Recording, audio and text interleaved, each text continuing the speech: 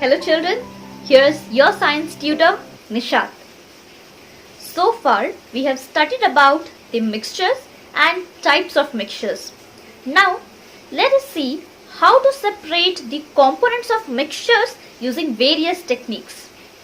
So the first case that we shall see is to separate the colored component, that is dye, from the blue or either black ink. And the procedure or the technique used here is evaporation. So let's look into the procedure. Firstly, we will fill half a beaker with water and will place a watch glass on top or mouth of the beaker. Now we will add few drops of ink on this watch glass. Let's start heating it. After some time, as we heat it, the water from the ink evaporates, leaving behind the colored residue, that is the dye, on the top of watch glass. So by this we can understand that ink is not pure, which means it is a mixture of colored component and water, and which can easily be separated by evaporation. Next case that we shall see is how to separate cream from milk, and the technique used here is centrifugation.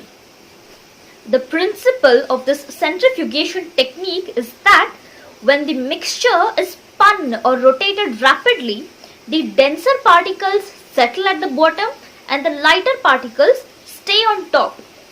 And this technique is performed using the centrifugation machines. Applications of this technique are: this centrifugation technique is used in the diagnostic labs for the blood and urine tests. This centrifugation technique is also used in dairies to separate butter from cream. Lastly, this centrifugation technique is also used in washing machines to squeeze out the water from the wet clothes. Now, let's look into the next case, that is how to separate mixture of two immiscible liquids. Immiscible means the two liquids which do not mix with each other. For example, oil and water. So let's try to separate this mixture of two immiscible liquids using a separating funnel. And for that, firstly we will have to fill the separating funnel with a mixture of two immiscible liquids. And let's not disturb this for some time. And after some time, we can notice that the two distinct layers of oil and water are formed in the separating funnel.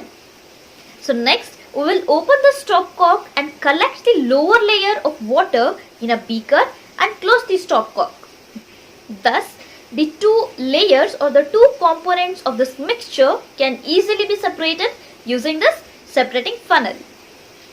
And this technique is used to separate oil and water, as we just saw. Well, it is also used to separate or to extract iron from its ore. Next case, let's see how to separate ammonium chloride and salt. Well children, the technique used here is sublimation, and we are already familiar with this technique. We have studied the sublimation technique in our first chapter, right? Let's recall it.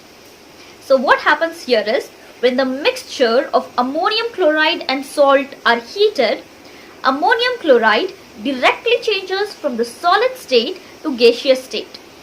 Thus, the salt and ammonium chloride can be easily separated using the sublimation technique. So the next case that we shall see is if the dye or the colored component in a given ink is a single color or is it a mixture of two or more colors. And the technique used here is chromatography. Chroma means color. So the technique is chromatography. So let's look into the procedure of chromatography. So children, for this we will take a thin strip of filter paper and we will mark a line with pencil nearly 2 to 3 centimeters above the lower edge. Now we will put a small dot or ink, that is either with sketch pen or a fountain pen, on this line at the center.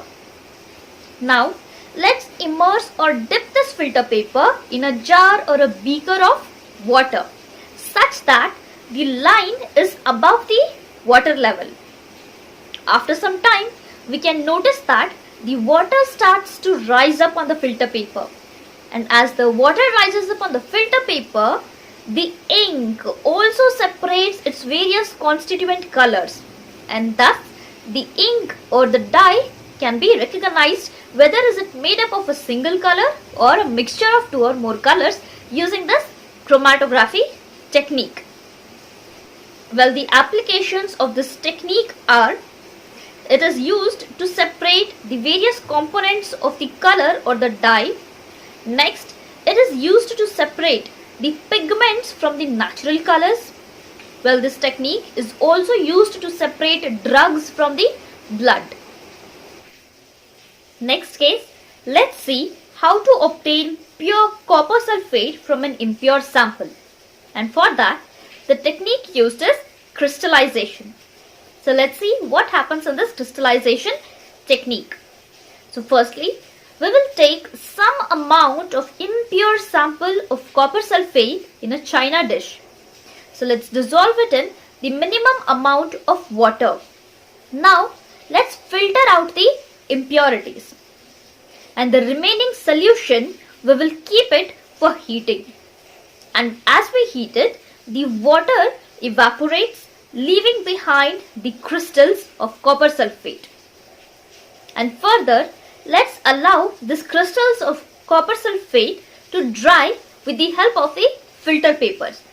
Thus, the pure copper sulfate crystals are obtained using this crystallization technique.